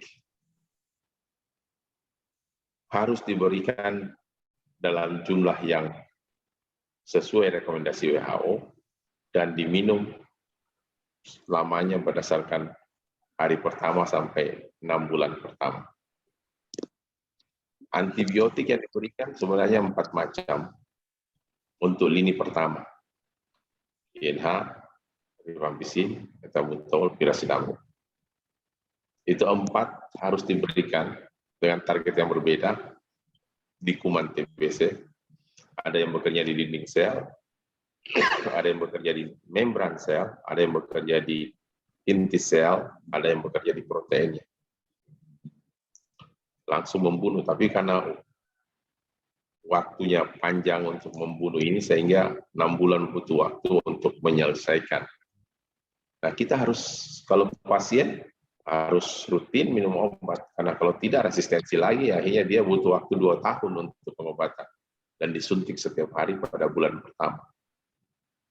Itu sangat-sangat menderita. Ya, sebenarnya TBC itu memberikan kematian dalam jumlah yang lebih besar dibanding COVID. TBC itu paling banyak, 1 menit per setiap orang meninggal dalam 1 menit. Seluruh dunia, ya, jumlah penderita TBC itu yang meninggal itu 1 per menit. Saya sudah berapa di sini mengajar, sudah berapa menit saya bicara, itu sudah berapa orang yang meninggal karena TBC di seluruh dunia, ya, terutama di negara-negara miskin. Nah, itu yang ingin saya katakan, bahwa antibiotik itu jangan main-main juga, harus dijelaskan kepada pasien. Anda harus berobat teratur, karena kalau tidak teratur, itu resistensi. Dan kita sudah temukan banyak resistensi. Pengobatannya sangat-sangat menyakitkan. Kita sebagai dokter pun juga sangat-sangat khawatir, karena jumlah obat yang harus diminum itu bisa sampai 30 obat. Kalau mau dihitung ya, kalau mau dihitung.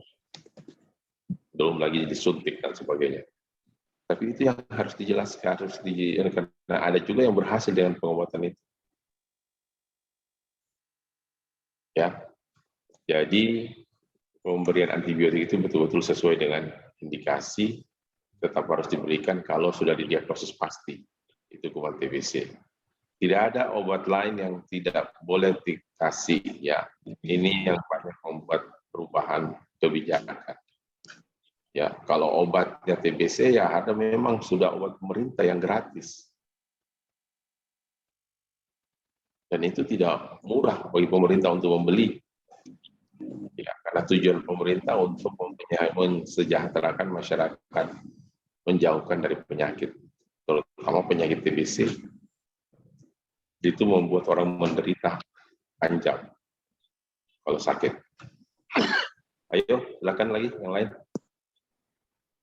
Iya, jadi ada pertanyaan dari Hesti. Ini terkait dengan tadi Prof tentang antibiotik. Jadi jika pasien tersebut sudah menyelesaikan pengobatannya selama 6 bulan, kemudian pasien tersebut kambuh kembali TB-nya, tapi dinyatakan resisten terhadap antibiotik katanya. Apakah ada antibiotik lain yang bisa diberikan, Prof, atau pengobatan yang lain? Ya, ini pengobatan, ini pertanyaan yang cerdas.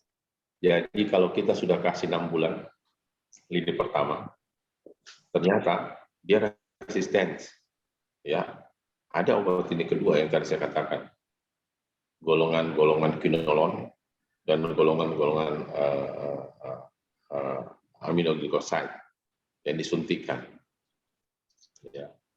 Ada juga sekarang temuan baru obat-obat TB yang untuk lini kedua. Dan itu pengobatannya paling rendah nggak 1 tahun. Ya. Jadi kambuh itu bisa karena resisten, bisa juga karena terpapar kembali kuman baru. Ya, tapi biasanya jarang terpapar kembali karena biasanya dia punya daya tahan tubuh sudah agak bagus. Ya. Tapi kalau resisten itu besar kemungkinan dikasih 6 bulan dia resisten. Bisa saja yang dia minum itu pernah 1 kali atau 2 kali dia lupa. Nah, itu bahayanya juga. Ataukah memang kuman TBC-nya sudah resisten masuk ke dalam tubuhnya sebelum jadi sementara tidak semua penderita TBC itu dilakukan uji sensitivitas. Biasanya dokter langsung kasih obat TBC yang standar. Ya, setelah menegakkan diagnosis dengan TCM, dia langsung. Padahal di TCM itu sebenarnya ada juga mengatakan dia resisten atau tidak lewat rifampicin. Jadi ada obat lain selain obat lini kedua, lini pertama. Kita katakan lini kedua. Terima kasih. Ada lagi? Iya, mungkin terakhir Prof dari Ibu Ketua, Ibu Muriati. Oke. Tabe. Terima kasih Bu Tiwi. Ya. Assalamualaikum Prof. Ya, bagaimana? Alhamdulillah bisa ketemu lewat Zoom ya Prof. Mohon maaf ini tidak pernah ketemu selama ini. Ya. Prof, sedikit ada yang ingin saya tanggapi dari pernyataan Prof tadi. Saya sangat tertarik dan berterima kasih sekali Prof. Kembali memberikan kesempatan kepada kami, salah satu dan terakhir tadi menyampaikan bahwa bisa saja misalnya kita kerjasama antar institusi dan melakukan penelitian. Karena kebetulan laboratorium kami dan laboratorium yang ada di Bulukumba tidak mungkin untuk penelitian yang sangat tinggi itu bisa kami lakukan. Nah, kebetulan kami sudah ada MOU dengan Fakultas Kedokteran, Prof. Apakah boleh itu tindak lanjutnya itu nanti dosen-dosen kami yang akan melakukan penelitian bersurat ke fakultas langsung untuk bisa melakukan penelitian atau pemeriksaan di laboratorium mikrobiologi INHAS atau bagaimana? Kemudian yang kedua, apakah juga memungkinkan bila mana ada penelitian mahasiswa kami yang ada ada kaitannya dengan mikrobiologi yang menggunakan alat yang kami butuhkan juga untuk penelitian yang ada di Unhas yang tidak kami miliki di kampus.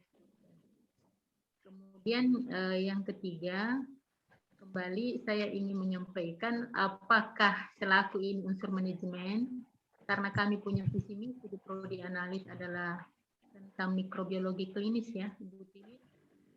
Ya, kira-kira alat yang paling memungkinkan untuk kami yang dari institusi pendidikan, alat yang memungkinkan yang sederhana atau yang bisa dipergunakan di laboratorium yang kami siapkan itu apa, Prof? Karena sebenarnya kami sudah punya yang sederhana yang lain ya, Bu Tiwi ya, untuk mikrobiologi.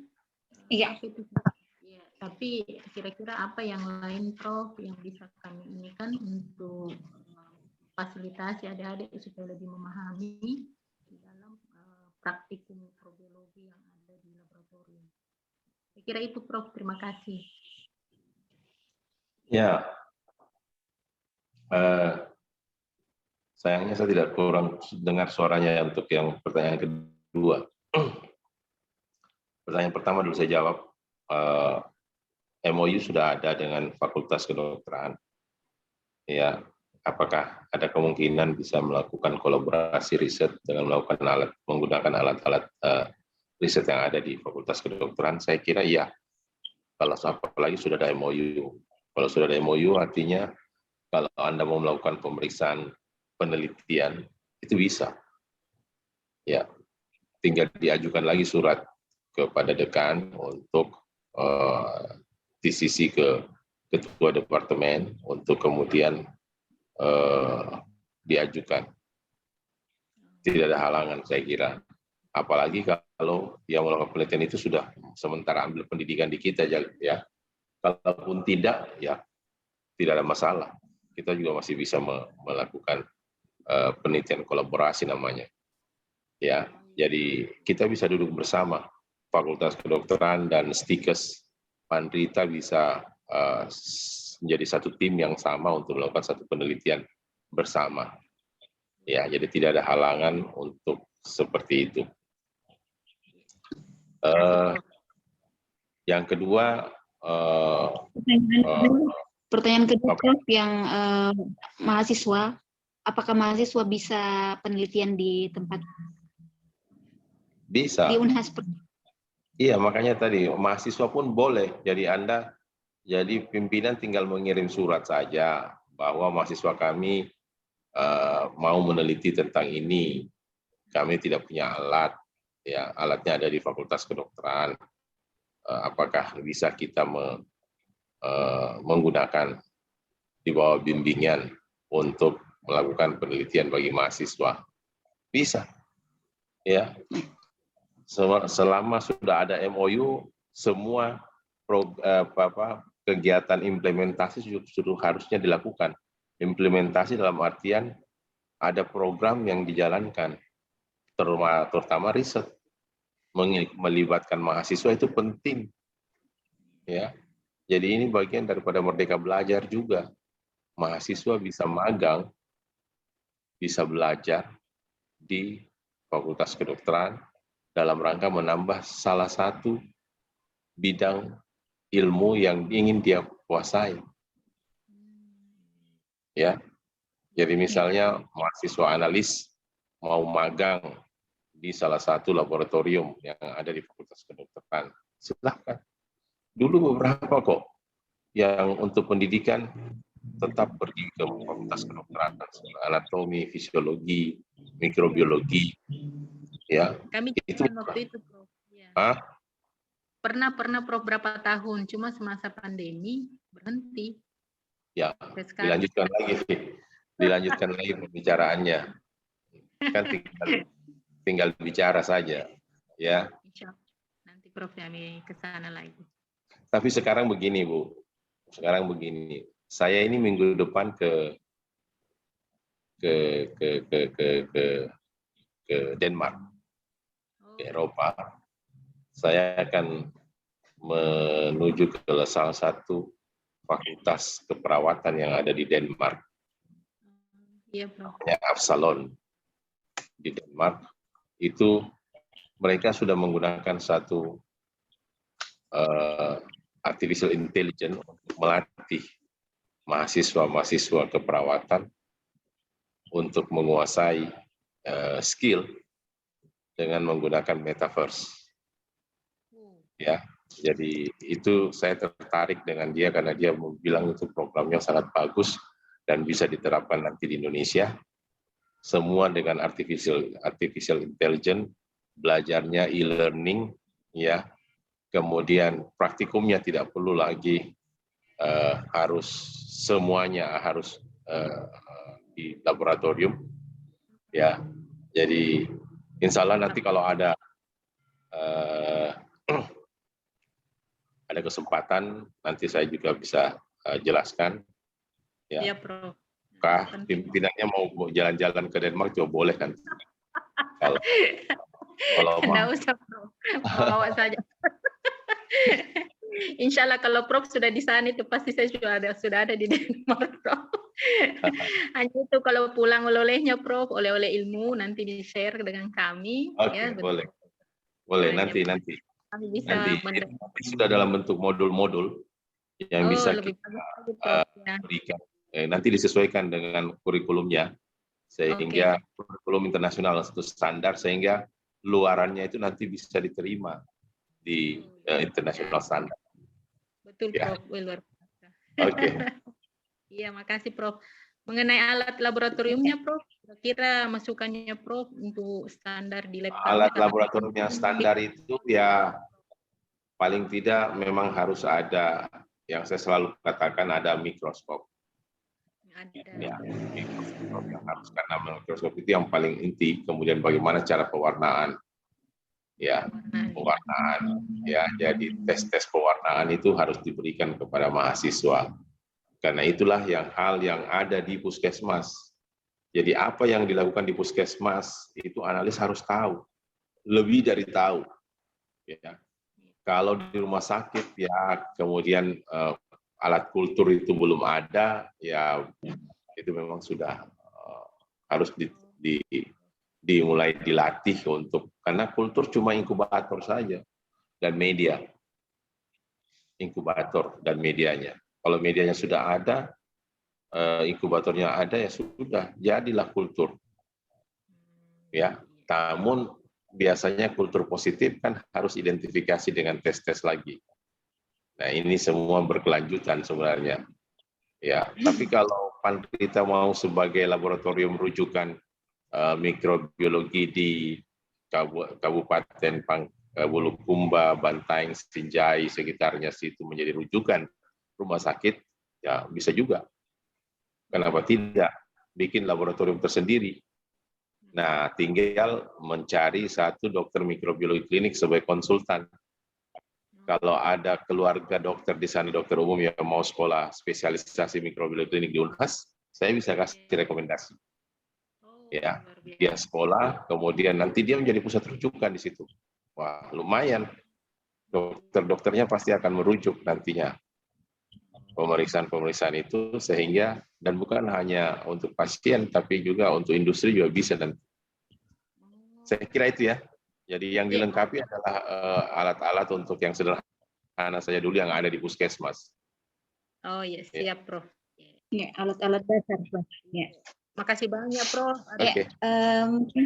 Kami sangat berharap nanti suatu waktu Prof bisa jalan-jalan ke kampus, Prof, kalau misalnya ada waktunya. Ya, nanti kalau sudah bagus kondisinya. Sampai ke Denmark, Prof. Makasih, Prof. Silahkan, Dek Bu Tiwi. Iya, itu tadi pertanyaan terakhir dari Ibu Ketua. Ya, mungkin itu saja untuk kuliah pakar hari ini. Jadi untuk kesempatan terakhir, saya kembalikan kepada MC untuk mengambil alih untuk foto bersama. Foto bersama secara virtual. Terima kasih banyak Prof atas ilmu-ilmu yang sudah di-share kepada kami. Sangat bermanfaat bagi kami. tolong diharapkan kepada seluruh peserta kuliah pakar pada hari ini dan tim dosen untuk mengaktifkan kameranya. Mohon Pak, Bu. Adik.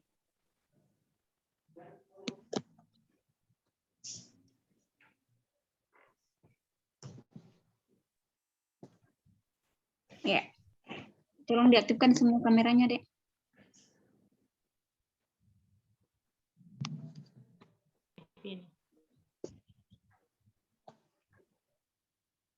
Ya, satu.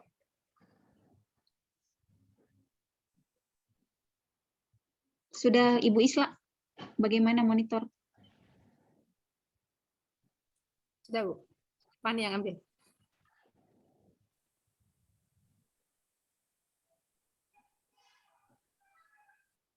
Ya, sudah. Sudah, Fani?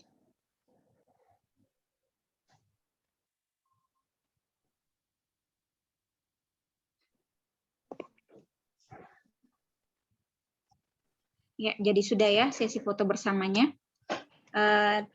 Terima kasih Prof atas ilmu-ilmunya yang sudah di-share kepada kami.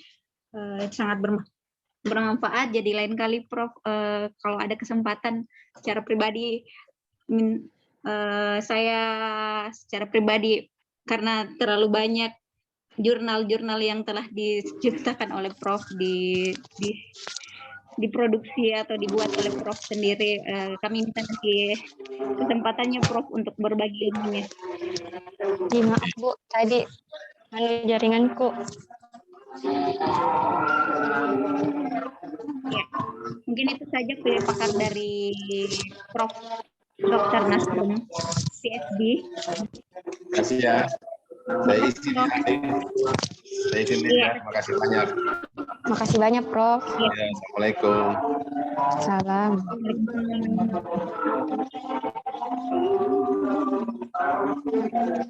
Terima kasih Dek atas Maaf Ibu kerjasamanya tadi.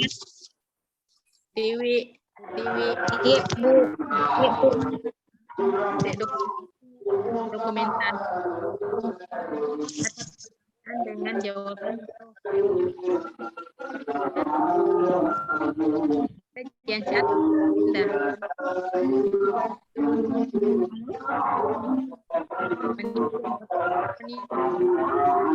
Ibu.